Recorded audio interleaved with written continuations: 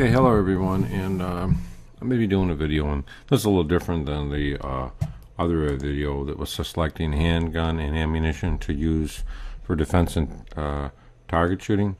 This one here is selecting factors in selecting a pistol. And factors in selecting a pistol, we have to go through the intended use of the pistol, practice in the budget, availability and the price of the ammunition, pistol fit and ergonomics, pistol size and weight, the recoil and the simplicity of operation, ease of cleaning, reputation of the manufacturer, reliability, warranty, and availability of repair or aftermarket parts. In my other video selecting a handgun and ammunition, that was for a defensive protection, like in the home or something. This one here is just a general one. So, first you got to think about the intended use. What are you going to use the gun for? Target shooting, hunting, personal protection, your price, and how much a budget is a $200 to $300 to $400 gun. Availability and the price of ammunition. Are you getting a real rare gun that requires ammunition that you can't buy at the store? You have to order, and it's more expensive. The pistol size and the weight. What does the gun weigh? Is it going to be okay for you to shoot? How easy it is to clean, or reputation of the manufacturer. Is it a good manufacturer? Is he a lot of recalls? Does he take care of his customer? Reliability of that make and model. Is it a reliable gun? What type of warranty? Some guns like a High Point have a lifetime warranty. A Desert Eagle has a one year warranty. Some have less, some have more. And then aftermarket parts or repair. After warranty's over, our parts easy to obtain. Like Glocks, they're everywhere. So, you probably wouldn't have a problem getting parts. There's a lot of aftermarket companies that have the parts. So, let's go ahead and get into selecting the pistol. Selecting a handgun, as usual. They always use pistols sometimes. When considering purchasing a pistol, you should consult knowledgeable shooters. Either, somebody at the range, that's your friends, research if possible, test fire. Test firing, like at a range or something, is great. Rent the gun. And purchase the gun from a reputable dealer. That's gonna, if there's a problem with that weapon or on that gun, he's gonna give you your money back, or he'll get it over to the manufacturer. You're gonna really, that's gonna be a good one. That's purchasing from a reputable dealer. Just like anything, a gun, a car, you want to have a reputable dealer. Now the next step is getting into cleaning, but and I'm going to actually throw that up there. Usually gun cleaning, you're going to need some gun cleaning equipment. You'll need some gun oil, a bore cleaner, eye protection, a small brush. People are using protective gloves now because of the lead content. Are politically correct now. Before, they never were using that. You need bore brushes, patches, and a soft cloth.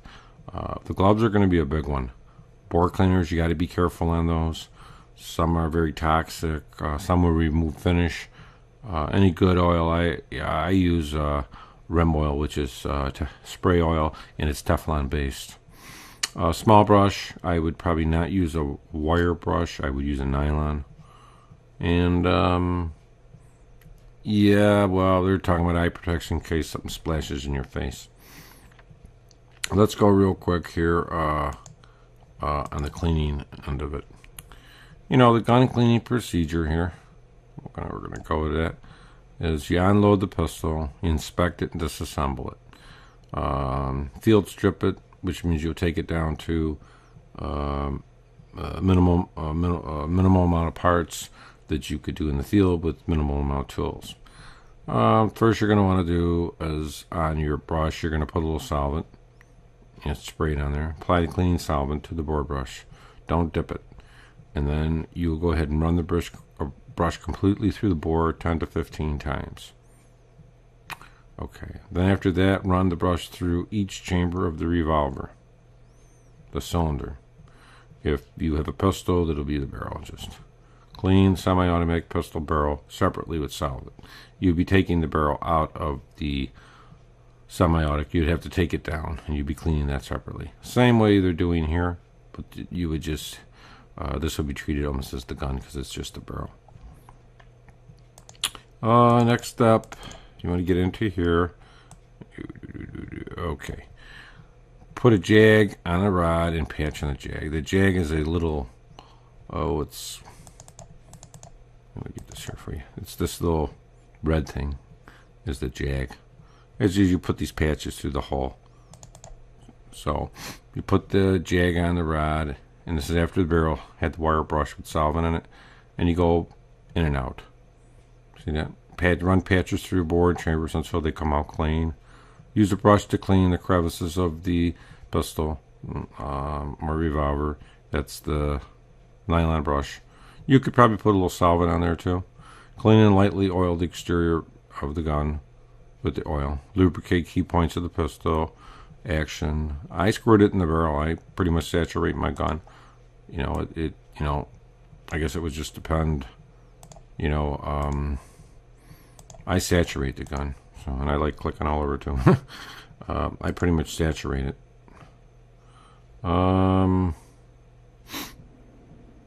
Pistol storage.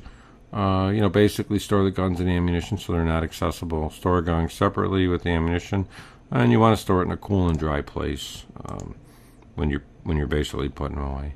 And then, that's pretty much it.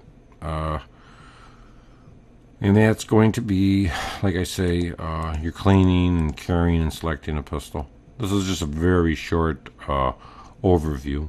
I have a more in-depth video, so this is just a short one for somebody who doesn't want to listen to me talk for, 20 minutes.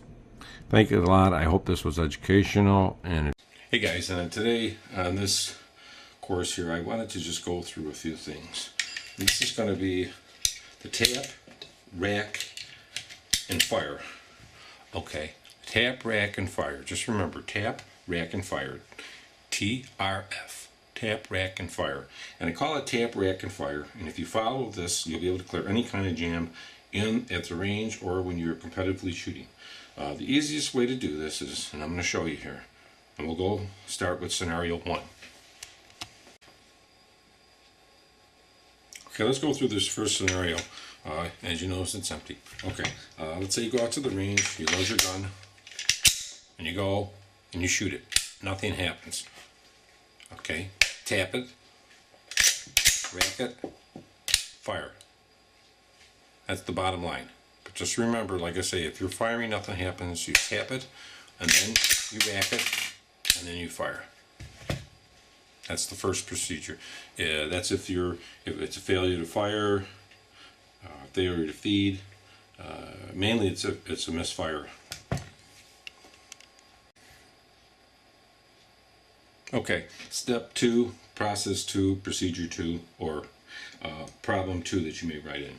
You may have your gun, you may actually have found it on the ground, not sure if it's loaded, you may be firing, you may get a stovepipe. You don't care about this. Bottom line is you take it, you rack, you fire. If it doesn't, you rack it down, and you fire.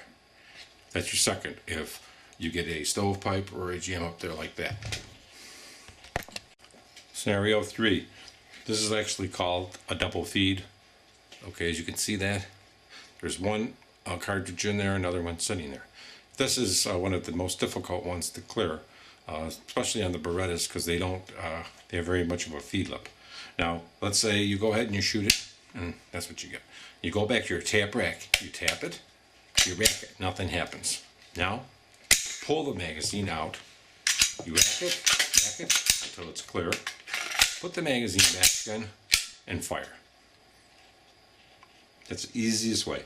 And in a minute, I'm going to go through a whole procedure, starting with going from the tap rack and fire, and we're going to go through the missed feed, and if that doesn't clear it, we'll go through it doesn't fire, and we'll go through pulling the magazine out. I'm going to show you that. That's going to be our next one.